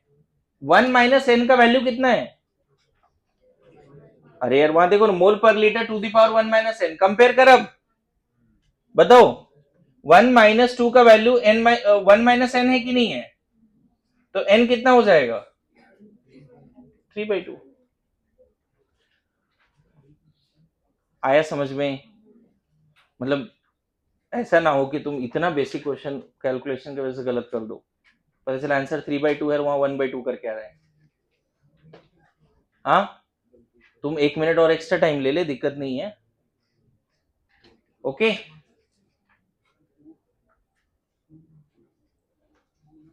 समझ रहा है?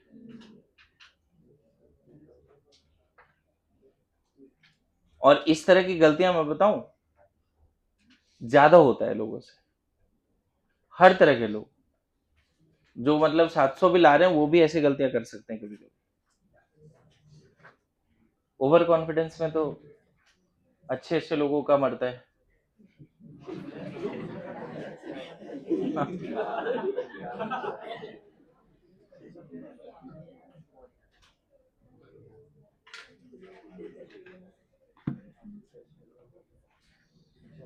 Okay, now next.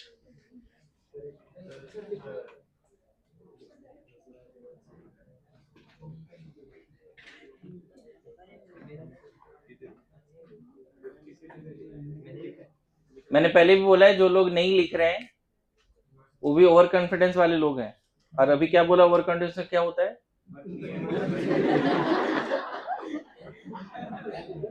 तो लिखना जरूरी है, लिखो।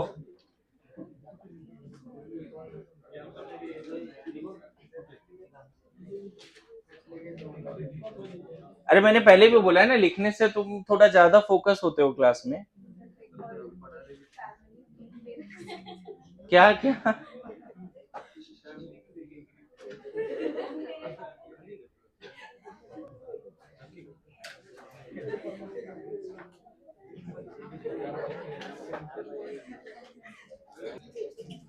और ऐसा नहीं कि वो सिर्फ हमें मिस कर रहे होंगे, तुम्हें भी मिस कर रहे होंगे। ओके, आगे बढ़ते हैं। ओए, साइलेंस। लिखिए next, types of chemical reaction.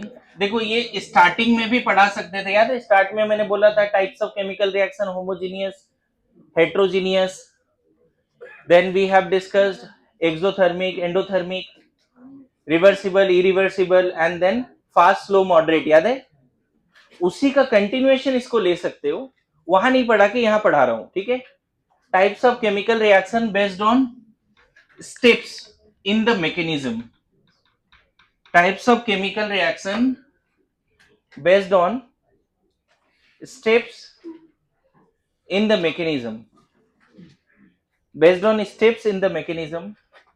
पहला है एलिमेंट्री रिएक्शन एंड दूसरा है कॉम्प्लेक्स रिएक्शन। देखिए इसी में सेपरेशन लिख सकते हैं, single step reaction, elementary reactions are single step reaction, elementary reactions are single step reaction, only transition state will be formed,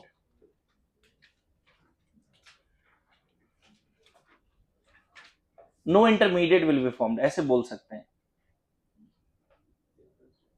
single step reaction, ठीक है? and this is having at least two step, more than one step in the mechanism, this is having at least two step। जैसे organic में सीखेंगे बच्चे कि मान लो alkyl halide है और KCN से रिएक्शन कराते हैं, ये ओवरऑल रिएक्शन है, बन जाता है RCN एंड KCl।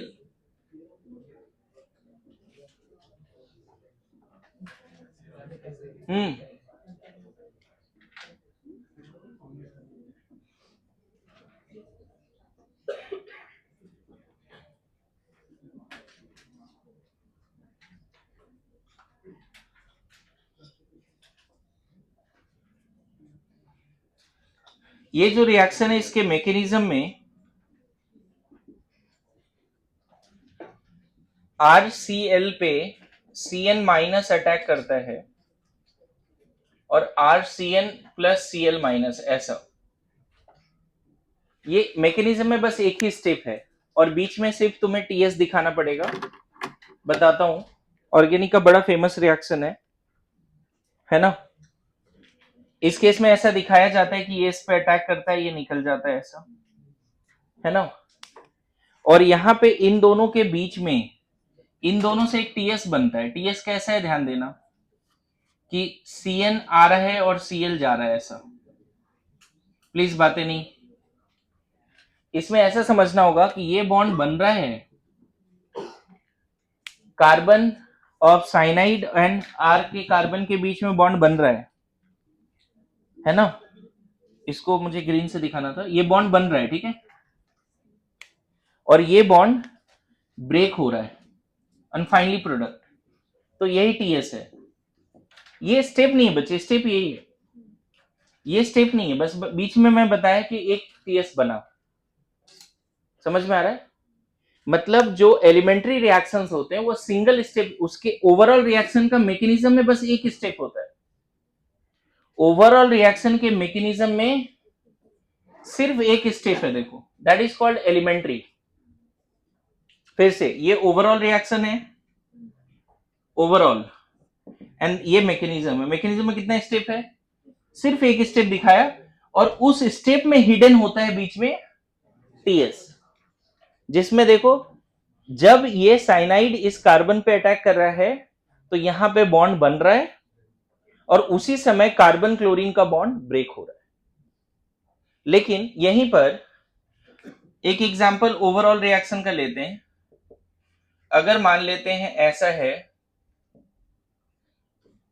सपोज ऐसा है, और इसको OH माइनस से रिएक्शन करा रहे हैं एक्वस, ठीक है, तो Cl हट जाता है और वहां OH आ जाता है।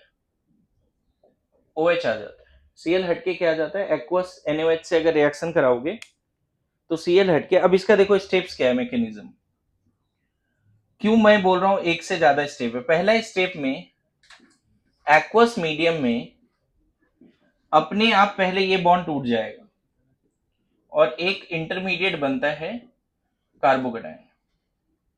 सबसे पहला स्टेप में क्या हुआ, Cl माइनस गया, एंड नेक्स्ट स्टेप में, ये पहला स्टेप है, दूसरा स्टेप में जो कार्बोकेटाइन बना उस पे OH माइनस जुड़ जाएगा, उस पे OH माइनस जुड़ जाएगा, समझे? तो बन गया क्या, अल्कोहल। बॉन्ड लाइन डायग्राम में ऐसे लिख सकते हैं। मैं बताऊं, इस केस में यहां पर भी एक TS है, यहां पर इन दोनों के बीच में एक TS है जिसमें कार्बन क्लोरीन बॉन्ड ब्रेक हो रहा होगा। वो TS में बस ऐसे दिखाना है कि ये बॉन्ड टूट रहा है, लाइक दैट। और फिर से सेकेंड स्टेप में इंटरमीडिएट एंड न्यूक्लियोफाइल के बीच में एक फिर से TS है जिसमें आपको दिखाना है कि ये बॉन्ड बन रहा है, एंड फाइनली प्रोडक्ट। TS वाल जो बीच में हम TS देख रहे हो ना, स्टेप का पार्ट नहीं, स्टेप तो ये स्टेप समझ में आ रहा है? सो एक ऐसा रिएक्शन जो सिंगल स्टेप में हो जाए, एलिमेंट्री, एक ऐसा रिएक्शन जिसके मैकेनिज्म में बहुत सारे स्टेप्स इन्वॉल्व हो, कॉम्प्लेक्स। नाउ एक इंपॉर्टेंट बात, किसी कॉम्प्लेक्स रिएक्शन का जब मैकेनिज्म लिखते हो तो हर स्टेप एलिमेंट्री होता है। मैकेनिज्म का हर स्टेप क्या होता है, कॉम्प्लेक्स रिएक्शन का जब मैकेनिज्म लिखते हैं तो उसके हर स्टेप्स का फर्दर मैकेनिज्म नहीं होता, all steps are elementary. When you write the steps mechanism of complex reaction, you will have at least 2 steps, 2 3 4 steps होंगे, और हर स्टेप अपने आप में एलिमेंट्री है, उसका फर्दर कुछ मैकेनिज्म नहीं। मेरी बात आ रही समझ में? बोलिए। So have you understood what is complex and elementary? Overall reaction का मैकेनिज्म जब लिखने जाओगे सिर्फ एक स्टेप आएगा, और कॉम्प्लेक्स रिएक्शन का जब मैकेनिज्म लिखने जाओगे तो कम से कम 2 स्टेप आएगा। अच्छी बात है, कॉम्प्लेक्स रिएक्शन के मैकेनिज्म में इंटरमीडिएट भी बनता है, TS भी बनता है। What are the intermediates? Carbocation, carbanion, free radical, carbene, nitrenes are intermediate. And what is transition state? देखो, ट्रांजिशन स्टेट और इंटरमीडिएट थोड़ा सा अंतर यही समझ लो, ऑल्दो हम आगे एक्टिवेटेड कॉम्प्लेक्स थ्योरी पढ़ाएंगे तो उसमें और अच्छे समझाने वाला हूं। ट्रांजिशन स्टेट में पार्शियल बॉन्ड्स होंगे, कुछ बॉन्ड टूट रहे होंगे, कुछ बॉन्ड बन रहे होंगे या सिर्फ बन रहे होंगे। लेकिन इंटरमीडिएट में फुल फ्लेज्ड पॉजिटिव या फुल फ्लेज नेगेटिव या फुल फ्लेज रेडिकल्स होंगे। इंटरमीडिएट में कोई बॉन्ड बन रहा है, टूट रहा है, ऐसा नहीं है, लेकिन intermediate is not the product. Reaction के दौरान ये भी बना और कंज्यूम हो गया, ट्रांजिशन स्टेट भी बना और कंज्यूम हो गया। मेरी बात समझ रहे हो? What is the difference between transition state and intermediate? थोड़ा सा यहीं पे सीख लें। ट्रांजिशन स्टेट कोई स्टेप्स का पार्ट नहीं है, ऐसा नहीं बोलोगे स्टेप है, या ज्यादा से ज्यादा एक स्टेप का पार्ट है। देखो, ये सिंगल स्टेप है, उसके बीच में सिर्फ ट्रांजिशन स्टेट है। लेकिन रिएक्टेंट से अगर इंटरमीडिएट बना तो बीच में ट्रांजिशन स्टेट होगा। ऑर्गेनिक वाले क्लास में बताया था, ऑर्गेनिक वाले क्लास में याद करो, indirect pathway step by step detailed analysis of any organic reaction is called this mechanism. तो वहां पे जो एक्सप्लेन किया था वो काइनेटिक्स में पढ़ते हैं डिटेल में।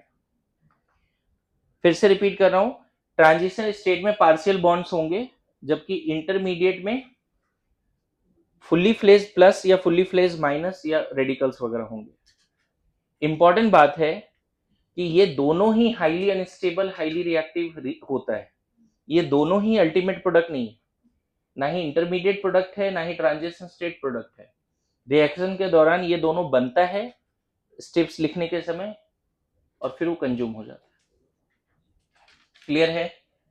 सो मुझे लगता है एलिमेंट्री और कॉम्प्लेक्स सब लोग समझ गए। नाउ वेरी इंपॉर्टेंट, देखो अगर A प्लस बी प्रोडक्ट बना रहे है ना, अभी डिफरेंस हम यहाँ पे और लिखने वाले, थोड़ा जगह छोड़ के रखना, इधर इधर पहले समझा देता हूँ फिर इधर लिखेंगे। अभी तो सिर्फ डेफिनेशन ही लिखा है ना, अभी और भी चीजें लिखेंगे इसमें। लेकिन अगर मान लो A प्लस बी प्रोडक्ट बना रहा है और बोल रहा है ये एलिमेंट्री रिएक्शन है, तो बच्चे ये एलिमेंट्री रिएक्शन पता कैसे चला? ऑब्वियसली लैब में एक्सपेरिमेंट हुआ होगा, ऑब्जर्वेशंस हुए होंगे। अगर ये गिवन है एलिमेंट्री है तो डिफरेंशियल रेट लॉ तुरंत लिख दो, जो कोफिशिएंट है वही power. For elementary reaction coefficients of the reaction are actually order, ये पॉइंट है यहाँ पे। एलिमेंट्री रिएक्शन अगर क्वेश्चन में गिवन है तो जो बैलेंसिंग इक्वेशन का कोफिशिएंट्स है वही ऑर्डर है। मतलब अगर क्वेश्चन में मेंशन है एलिमेंट्री है, मेंशन है मतलब ऑर्डर पता है, डिफरेंशियल रेट लॉ पता है। अगर it is mentioned in the question it is elementary, you can write the differential rate law. लेकिन दूसरा, अगर मान लो 2a plus B gives product और यहां लिख दिया कॉम्प्लेक्स है, लिख दिया है कॉम्प्लेक्स है, अगर ऐसा लिख दिया कॉम्प्लेक्स है ना, तो फिर इसका रेट देखो क्या क्या हो सकता है। हो सकता है पावर के बराबर आ भी जाए, हो सकता है पावर के बराबर ना आए, है ना। जब एक्सपेरिमेंट करोगे ना इसमें, जब उसके स्टेप्स को एनालाइज करोगे तो इसमें से कोई भी एक आंसर हो सकता है। ए का पावर 0, बी का पावर 1, ए का पावर 2, बी का पावर 0, ऐसे कुछ भी हो सकता है, any.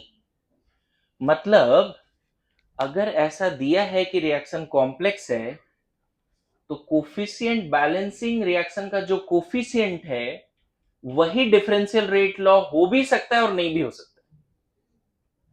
If it is given the reaction is complex, the coefficients of the balance equation may or may not be equal to order। क्योंकि अगर ये कॉम्प्लेक्स है तो हमें कुछ अदर टेक्निक से पता करना पड़ेगा डिफरेंशियल रेट लॉ, इसके मैकेनिज्म से, या फिर वो टेबुलर फॉर्म में डेटा है, वर्ड प्रॉब्लम है, कुछ ना कुछ ग्राफ वगैरह से पता करना पड़ेगा। इसमें से कोई भी आंसर आ सकता है, क्योंकि अगर ये कॉम्प्लेक्स है तो हमें लिखना क्या चाहिए तरीके से, ये सब लिखना ही नहीं चाहिए।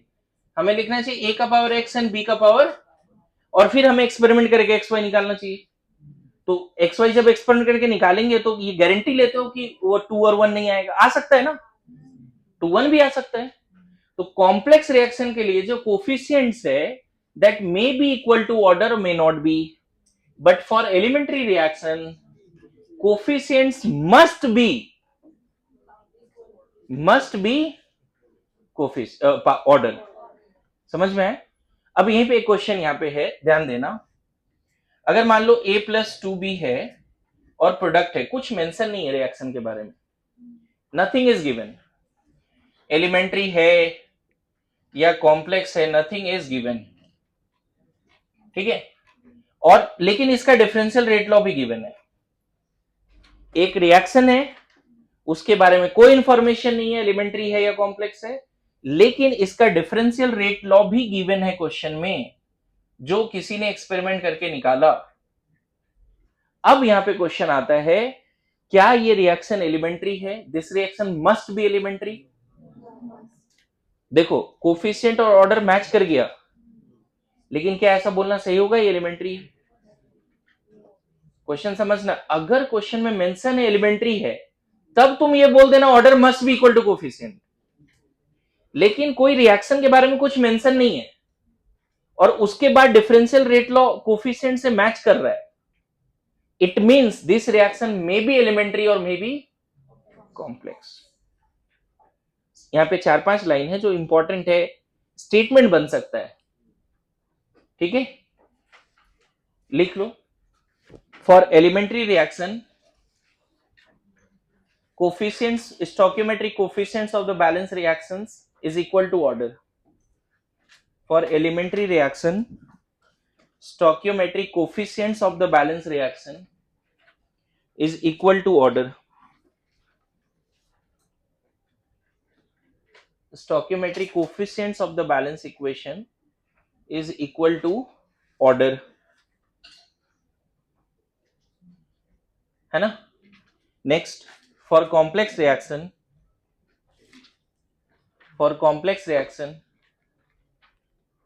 stoichiometric coefficients of the balance equation may or may not be equal to order, may or may not be equal to order, may or may not be equal to order, may or may not be equal to order. ठीक है. इसका मतलब क्या है? If it is given reaction is elementary, we have the order, है ना.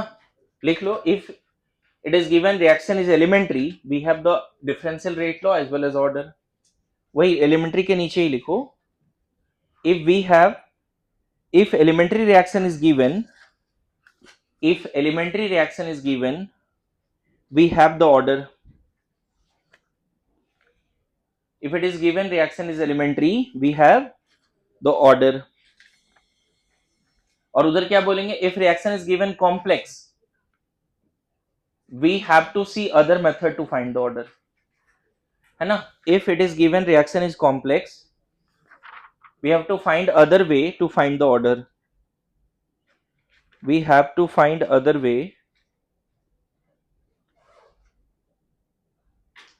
to find the order.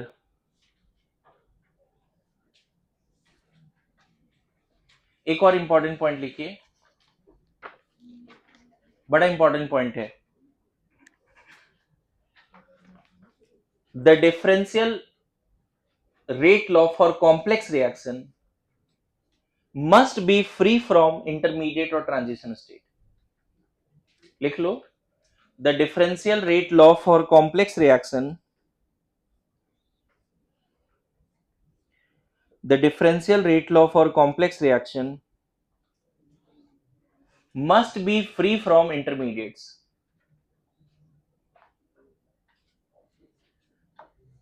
The differential rate law for complex reaction must be free from intermediate. इसका point समझो क्या है. अगर कोई कॉम्प्लेक्स रिएक्शन है, सब इधर, और उसका मैकेनिज्म भी गिवन है, कॉम्प्लेक्स रिएक्शन है और उसका मैकेनिज्म भी गिवन है, मैकेनिज्म को देख के पता चल जाता है बीच में और क्या बना है, इंटरमीडिएट वगैरह. तो ये जो कॉम्प्लेक्स रिएक्शन है, अभी फोकस नहीं करोगे लाइन मिस हो जाएगा, फोकस करना पड़ेगा.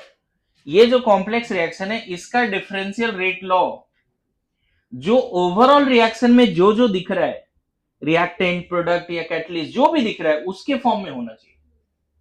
The differential rate law for complex reaction must be what ever appears in the overall reaction. It must not have intermediate that is formed during the mechanism. मेरे बात समझे. Mechanism के सब carbocation बना और तुमने डिफरेंशियल रेट लॉ में carbocation का पावर 1 दिखा रहा है, मतलब तुमने गलत कर दिया. अरे तुमने कंटेनर में लिया क्या था? कार्बोकेटाइन लिया था क्या?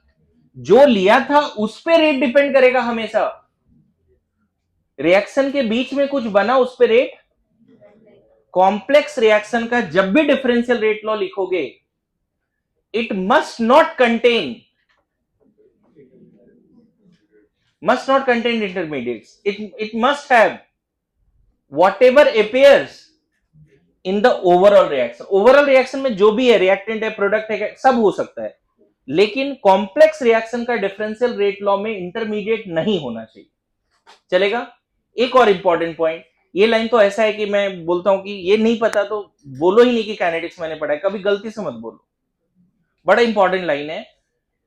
Overall rate of complex reaction, सुना होगा, अभी तुम लोग खुद बोलोगे. Overall rate of complex reaction is equal to rate of slowest rate of the steps. सुना है कभी? तो ये भी इंपॉर्टेंट पॉइंट है, लिख लो. Overall rate of complex reaction, overall rate of complex reaction is controlled by slowest step. overall rate of complex reaction is controlled by slowest step, which is called RDS, rate determining step. मैं भी बताता हूं क्या है rate determining step, समझाता हूं.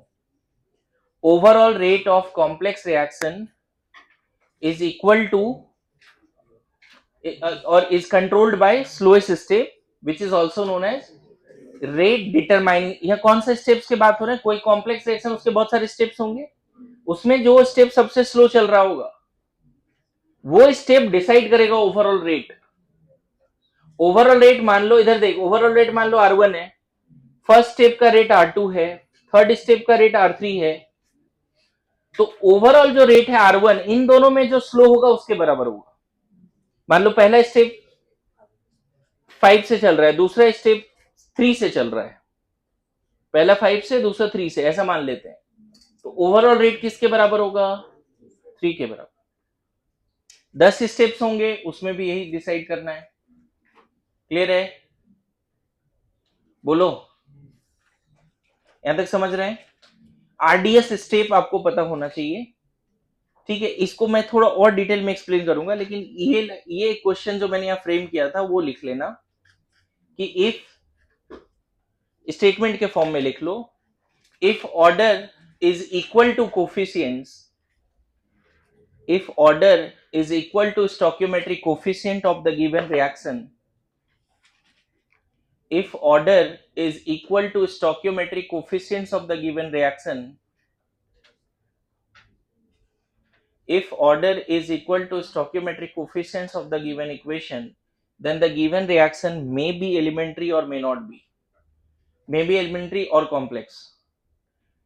लेकिन क्या वाइस वर्सा होगा? क्या अगर एलिमेंट्री है तो if reaction is elementary, order must be equal to coefficient always, but अगर ऑर्डर कोफिशिएंट से मैच कर रहा है, रिएक्शन के बारे में कुछ मेंशन नहीं है, तो रिएक्शन क्या हो सकता है?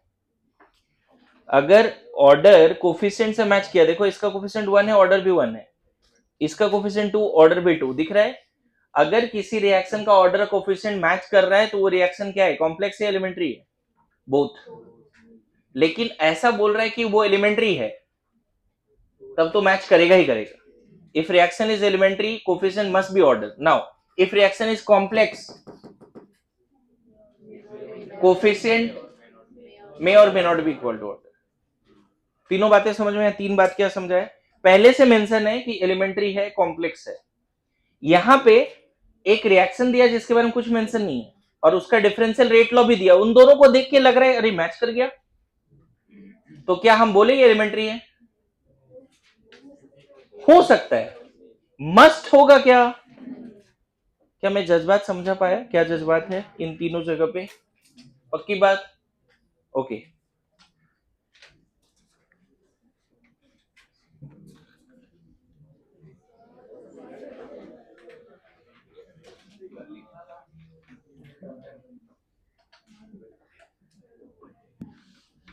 तू जिस स्कूल में पढ़ रहा है उसका प्रिंसिपल है ना जी हम। हाँ क्या? ओके, बातें नहीं। अभी देखो सब लोग, फाइनल है। अगर मान लो 2a प्लस बी, ये ओवरऑल रिएक्शन है, c प्लस डी ओवरऑल, इसका ओवरऑल रेट R1 है। अब क्या होता है, इसमें स्टेप्स होते हैं। मान लो ये कॉम्प्लेक्स रिएक्शन है, कैसा रिएक्शन है? कॉम्प्लेक्स है, इसमें स्टेप्स होते हैं। ऐसा समझ लेते हैं इसको, इस अंदाज में समझ लो कि सपोज यहां पे वाटर है, फिर वाटर इस टैंक में आ रहा है, और यहां पे थोड़ा क्रॉस सेक्शन एरिया कम किया है ना, फिर वाटर इधर आ रहा है, यहां क्रॉस सेक्शन एरिया और बढ़ा दिया, और फाइनली वाटर यहां एक्यूमुलेट हो रहा है। ऐसे समझना है। तो अगर आपसे पूछे overall accumulation of water in the final container, ये R1 है, ये R2 है, ये R3 है, overall accumulation of water in the final container R1 पे डिपेंड करेगा, R2 पे, R3 पे। Overall accumulation of water in the final container R1 पे करेगा। ये स्टेप तो फास्ट ही है, सबसे स्लो वाटर सप्लाई, ये तो फास्ट है, ये भी फास्ट है, ये सबसे स्लो है।